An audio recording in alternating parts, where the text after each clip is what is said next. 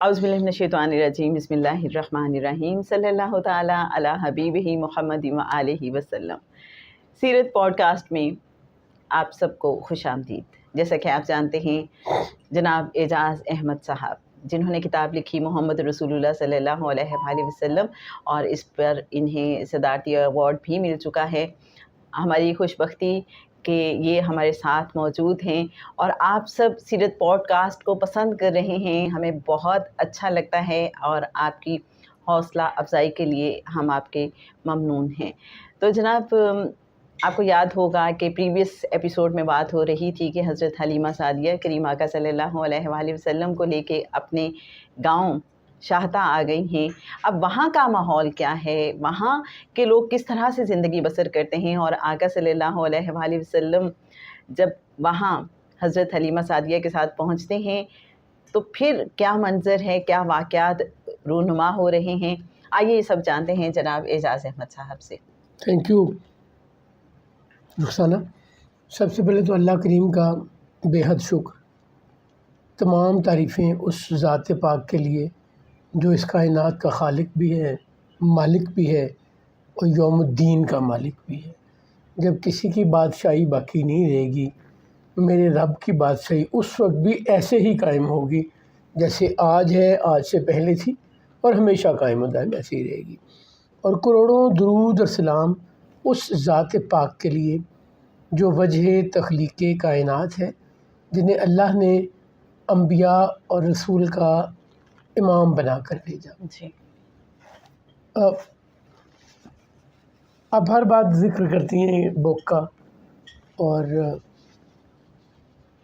میں اس میں یہی سبمیشن دینا چاہتا ہوں کہ اس بک میں میرا کمال کوئی نہیں، نہ میں مصنف ہوں، نہ اہلیت رکھتا ہوں، نہ علم رکھتا ہوں کہ میں ایسی کتاب لکھ سکوں۔ یہ صرف میرے مالک کی مہربانی ہے، اور اس کا میرٹ صرف مہربانی ہے۔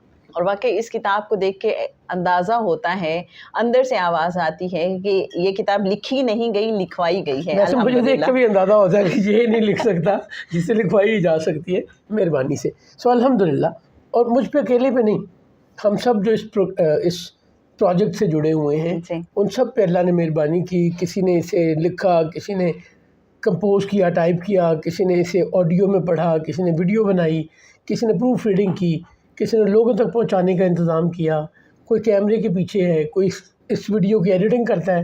سو بہت سے لوگ ہیں جو سامنے نہیں ہیں بٹ اس مہربانی میں ہمارے حصے دار ہیں، بالکل، اور جو لوگ دیکھتے ہیں وہ بھی مہربانی میں حصے دار ہیں۔ ہم رسول اللہ صلی اللہ علیہ وسلم کی باتیں کرتے ہیں اور یہی ہمیں آتی ہیں۔ اللہ ہمیں اس پہ عمل کی توفیق بھی دے اور ہماری یہ ساری کوشش اپنی بارگاہ میں قبول کر لے۔ آمین، سرکار ختمی مرتبہ صلی اللہ علیہ وسلم اس کو اپروو کر دے۔ آمین انشاءاللہ، ہماری کامیابی کے لیے یہی کافی ہے۔ بے شک۔ آپ کا سوال تھا کہ سرکار ختمی مرتبہ صلی اللہ علیہ وسلم ایک بچے کی صورت میں جی حلیمہ سعدیہ کی گود میں شاہتا گاؤں پہنچ گئے۔ جی یہ کوئی 1.5 دن سے 2 دن لگتے ہیں مکہ سے شاہتا پہنچنے کو۔ تو وہاں سے چلے، رستے میں رات کہیں گزاری ہوگی، اونٹنی پہ واپس جانے کا، خچر پہ واپس جانے کا ہم پچھلی ایپیسوڈ میں ڈسکس کر چکے تھے۔ سین ہی فرق تھا، وہی اونٹنی وہی خچر جو جاتے ہوئے سب سے پیچھے تھا، آتے ہوئے کوئی اسے پکڑ نہیں پا رہا۔ اس کو ایسی ٹرانسفارمیشن ہوئی ہے اس رحمت سے جو سرکار ختمی مرتبہ صلی اللہ علیہ وسلم کی موجودگی کی وجہ سے ہوئی۔ اب گاؤں پہنچ گئے۔ جی گاؤں میں آپ نے پوچھا زندگی کیسی تھی؟ یہ بڑا سادہ گاؤں تھا، سرسبز تھا، پہاڑی، اور حلیمہ سعدیہ کے گھر کے بالکل قریب ایک کنواں بھی تھا۔ یہاں کی عورتیں گھر کا کام کاج کرتی ہیں جیسے ہمارے دیہات میں عمومی طور پہ ہوتا ہے، چرخہ کاٹتی ہیں، اوکے، سوت یا دھاگا بناتی ہیں۔ اس کے علاوہ گھر کے تمام معاملات کو خواتین دیکھتی ہیں۔ میل کیا کرتے ہیں؟ میل کے پاس بھی یہاں کوئی انڈسٹری نہیں ہے، یہاں پہ کوئی ایکٹیویٹی نہیں ہے آج کے اعتبار سے۔ یہاں پہ کوئی بازار، کوئی کیفے، کوئی ایسی چیز، کوئی میٹ پوائنٹ ایسے نہیں ہے جس پہ لوگ کچھ گھومنے جاتے ہوں، دیکھنے جاتے ہوں۔ تو یہ لوگ میل یا بکریاں چراتے ہیں یا کوئی کھیتی باڑی کرتے ہیں, کسی نے کچھ پھل اگا لیا, کسی نے کوئی سبزی اگا لی, کسی نے گندم اور اس قسم کی چیزیں اگا لی, اور بڑی خاموشی ہے. دیر از نو نائٹ لائف. صبح ارلی لوگ اٹھتے ہیں, سارا دن کام کرتے ہیں, جیسے ہی سورج کی روشنی ختم ہوتی ہے ان لوگوں کے لیے دنیا سٹاپ ہو جاتی ہے. ہماری طرح ساری ساری رات جاگتے نہیں ہیں اور صبح دیر تک سوتے بھی نہیں ہیں. جب آپ ٹائم پہ سوئیں گے نہیں تو صبح جلدی اٹھ بھی نہیں سکتے. ایگزیکٹلی. اچھا, جب رسول اللہ صلی اللہ علیہ وسلم ابھی تشریف نہیں لائے تھے یہاں, ایک گود میں بچے کی طرح ابھی ان کی رانائیاں, ان کا کمال, اللہ کی رحمتیں, فضل لوگوں کو پتہ چلنا ہے. اچھا, یہاں ایک کویشچن آ رہا ہے ذہن میں کہ جب حضرت حلیمہ سعدیہ آپ صلی اللہ علیہ وآلہ وسلم کو لے کے اپنے گاؤں آئی ہیں تو آقا صلی اللہ علیہ وآلہ وسلم کی عمر مبارک کیا ہے؟ 8 دن کے تھے جب گود لیا جی. رضاعت کے لیے. 3 دن گزارے راستے میں مکہ میں. اوکے. ممکن ہے اس کے بعد یا پہلے بھی کچھ دن گزرے ہوں جو تاریخ میں محفوظ نہیں ہے. جی. اب یہ باتیں گمان سے یا اندازے سے ہو رہی ہیں, اور اس کے بعد کم از کم 2 دن تو آنے میں لگے. جی. سو رسول اللہ صلی اللہ علیہ وسلم کی اس وقت عمر 15 دن ہونی چاہیے, 20 دن ہونی چاہیے, اس کے درمیان ہونی چاہیے. ٹو ینگ اکیڈ گود میں. اور یہاں پہ شدید سختی کا عالم چل رہا تھا آپ کی تشریف آوری سے پہلے. جی. فاقہ ہے, پھل اچھے نہیں ہوئے, جانور کمزور ہیں, دودھ نہیں دے رہے. سو مشکلوں پر مشکلیں ہیں اس گاؤں میں. اچھا, موسم کون سا ہے؟ جیسے ہمیں بہار کا موسم تو وہ جو آس پاس کے علاقے ہیں وہاں پہ بھی یہی موسم ہوگا؟ اچھا, یہاں پہ تھوڑی سمجھنے کی بات بھی ہے. جی. سرکار ختمی مرتبہ صلی اللہ علیہ وسلم 12 ربیع الاول کو پیدا ہوئے. جی. چلے, ایک روایت کے مطابق 9 ربیع الاول کو پیدا ہوئے, ایک اور روایت کے مطابق 17 ربیع الاول کو پیدا ہوئے. بٹ اس پہ تو سارے تاریخ دان متفق ہیں کہ رسول اللہ صلی اللہ علیہ وسلم پیر کے دن پیدا ہوئے اور ربیع الاول کے مہینے میں پیدا ہوئے. عرب ربیع الاول سے مطلب کیا لیتے ہیں؟ بہار کا پہلا مہینہ. جی. ربیع الاخر جی یا ربیع الثانی وہ بہار کا دوسرا مہینہ.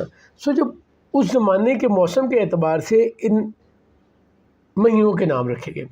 اب یوں سمجھ لیجئے کہ ہمارے ہاں فروری جب آتا ہے, جب یہ نام رکھے گئے ہوں گے اس وقت ربیع الاول فروری میں ہوگا اور ربیع الثانی یا ربیع الاخر مارچ میں ہونا چاہیے. ان مہینوں کو ہم یہاں پہ بھی بہار کہتے ہیں. بٹ چونکہ لونر کیلنڈر اینڈ سولر کیلنڈر میں 10-11 دن کا فرق ہوتا ہے تو یہ روٹیٹ کرتا رہتا ہے. 34 سال بعد 35 سال بعد یہ مہینہ واپس وہیں آ جاتا ہے. تو جب رسالت میں آپ صلی اللہ علیہ وسلم تشریف لائے ہیں تو یہ جو ربیع الاول ہے نا یہ اپریل میں آتا ہے, مڈ اپریل سے سٹارٹ ہوتا ہے. ٹھیک ہے. سو بہار ختم ہو رہی ہے جی اور ابھی گرمی اس طرح شروع نہیں ہوئی, آمد ہے. 22 اپریل کو سرکار ختمی مرتبہ 571 AD عیسوی سال میں 571 عیسوی میں رسول اللہ اپریل کی 22 تاریخ کو پیدا ہوئے ہیں, وچ مینس کہ یہ بہار سے ذرا سا بعد کا موسم ہے. تو یہ جو گزرا ہے نا اس وقت بڑی رعنائیاں ہونی چاہیے تھیں. ہر طرف سبزہ ہونا چاہیے تھا, پیلے پھول کھلے ہونے چاہیے تھے, کہیں لال پھول کھلے ہونے چاہیے اس موسم میں جو پھول آتے ہیں اور پھل آتے ہیں. بٹ اس سال اور پچھلے سال قحط پڑا ہوا ہے. اللہ کریم نے جس طرح رات کے بعد دن دکھایا ہوا ہے انسان کو, جس طرح رات کے بعد صبح ہوتی ہے. ہم پچھلی کسی ایپیسوڈ میں بات کر رہے تھے کہ صبح کا جو وقت ہے نا فجر کے فوراً بعد کا, جب روشنی اندھیرا روشنی کو مٹاتے ہوئے آتا ہے, یا جو روشنی ہے وہ اندھیرے پہ غالب آنا شروع ہو جاتی ہے, جیسے آقا صلی اللہ علیہ تشریف آوری کا وقت دنیا میں تشریف آئے ہیں. تو اس دن کے اعتبار سے کلاک کے اعتبار سے بھی روشنی اندھیرے کو مٹا رہی ہے جی, اور کیلنڈر کے اعتبار سے بھی روشنی غالب آ رہی ہے اندھیرے پر. جی. اور پھر یہاں پہ خزاں بھی بہار میں بدل رہی ہے آقا صلی اللہ علیہ وسلم کی تشریف آوری سے. ٹرانسفارمیشن ہو رہی ہے نا دونوں طرح سے, ہم دونوں. ایک تو وہ کمزور خچر جی, وہ کمزور اونٹنی جی, وہ کمزور حلیمہ سعدیہ جی, جو بتاتی ہیں کہ میرا بیٹا بھوکا رہ جاتا تھا جی, نہ اونٹنی اتنا دودھ دیتی تھی کہ ہم پیٹ بھر کے کھا سکیں. تو وہ تو ایک دن میں ہی سب لہریں بہریں ہو گئی ہیں. اب جب گاؤں میں آئے ہیں تو سادہ سی زندگی ہے گاؤں کی. گاؤں میں لوگ آج بھی دیہاتوں میں یہ ہوتا ہے، بلکہ شہروں میں بھی جہاں پہ محلے داری زیادہ ہے، کوئی دلہن آتی ہے تو سارے لوگ اسے دیکھنے آتے ہیں کہ ان کی بہو بیٹے کو بیاہ کے لائے ہیں. کوئی بیٹا بیٹی پیدا ہوتی ہے تو اس کو بھی لوگ خوشی سے دیکھنے آتے ہیں، مبارک بھی دیتے ہیں. تحفے طائف بھی جو سلامی عام طور پہ یا منہ دکھائی کہتے ہیں، اور وہ جواب میں مٹھائی اور اس قسم کی چیزیں. اب حلیمہ سعدیہ سے ان کی ساتھی، ان کے گاؤں کے لوگ آ کے ایک قریشی بچے کو دیکھ بھی رہے ہیں، اور جو دیکھتا ہے وہ فدا ہو جاتا ہے. جی سمجھا نہیں ہنوز میرا عشق کے بے ثبات. واہ واہ. سمجھا نہیں ہنوز میرا عشق کے بے ثبات. تو کائنات حسن ہے یا حسن کائنات. واہ واہ واہ واہ. یہ اتنا خوبصورت شعر ہے. تو کائنات حسن ہے یا حسن کائنات. اعظم چشتی صاحب کا ایک شعر انہیں زندہ رکھنے کے لیے کافی ہے. ویسے تو ان کی شاعری کمال شاعری ہے، بڑی محبت اور عشق سے ڈوبی ہوئی سادہ لفظوں میں. یہ فارسی میں وہ کہتے ہیں کہ میں تو یہ فیصلہ نہیں کر پا رہا کہ جس چہرہ انور کو، جس خوبصورت بچے کو میں نے دیکھا ہے، یہ کائنات کا سارا حسن سمٹ کر اس میں آ گیا یا اس کی وجہ سے کائنات حسین ہو گئی ہے. بے شک. تو یہ دونوں صورتیں ہیں. اللہ نے کائنات، وہ جو بہت مشہور ربائی ہے، بلغ العلا بکمالہ کشف الدجی بجمالہ حسنت جمیع خصالہ صلو علیہ وآلہ. یعنی آپ کمال حسن میں ہیں، آپ کمال عادات کے مالک ہیں. ظرف اور خوبیاں اللہ نے آپ کو ایسے دی ہیں جیسے آپ نے چن کے اپنی مرضی سے لی ہیں. جی. اور آپ جیسی خصلتیں، آپ جیسی خوبیاں، آپ جیسا کمال کہیں ہے ہی نہیں. اللہ کی طرف سے آپ پر درود و سلام، اللہ کے بندوں کی طرف سے آپ پر درود و سلام. قرآن ہمیں یہ بتا رہے ہیں. تو وہ جو دیکھتا رہا سرکار کو وہ گم ہوتا رہا. جی. وہ نازا رہا حلیمہ سعدیہ کی قسمت بے پر. شک بے شک. کہ یہ اور آج تک نازا ہے ساری دنیا. یہ کائنات جب تک باقی ہے. جی. یہ دنیا آج ماں بعد قیامت کائنات تو باقی رہے گی. بالکل. دنیا کا وقت اللہ نے مقرر کیا ہے، جس کے بعد وہ کہتا ہے یوم الدین آئے گا، حساب کتاب کا دن آئے گا. کائنات تو باقی رہے گی. بے شک. اللہ کے بندے، جنتیوں کو انعام ملے گا، انبیاء اور رسول اللہ موجود ہوں گے. اس وقت ایک دفعہ پھر سب کو آشکار کیا جائے گا کہ یہ وہ کمال حسن ہے کہ گمان نقص سے جہاں نہیں. جی یہی پھول ہے، یہی پھول خار سے دور ہے، یہی شمع ہے کہ دھواں نہیں. سو آج یہیں تک آقا کی باتیں، اور کیسی خوشبو بھری باتیں، اور کیسا ٹرانس، اور کیسی مہک، اور کیسی محبت، اور کیسی روشنی. انشاءاللہ مزید اس حوالے سے بات ہوگی، اور پھر ہم دیکھیں گے کہ حضرت حلیمہ سعدیہ کا جو علاقہ ہے، جو گاؤں ہے، اور جو قبیلہ ہے، وہاں کا کیا منظر ہے، اور آقا صلی اللہ علیہ وآلہ وسلم کی مبارک آمد سے وہاں سب کی زندگیاں کیسے بدلنا شروع ہو گئی ہیں. بس تھوڑا سا انتظار. آئیے سب مل کے آقا صلی اللہ علیہ وآلہ وسلم کی بارگاہ اقدس میں درود و سلام کا نذرانہ پیش کرتے ہیں.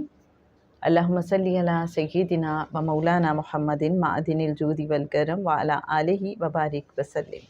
السلام علیکم ورحمۃ اللہ وبرکاتہ.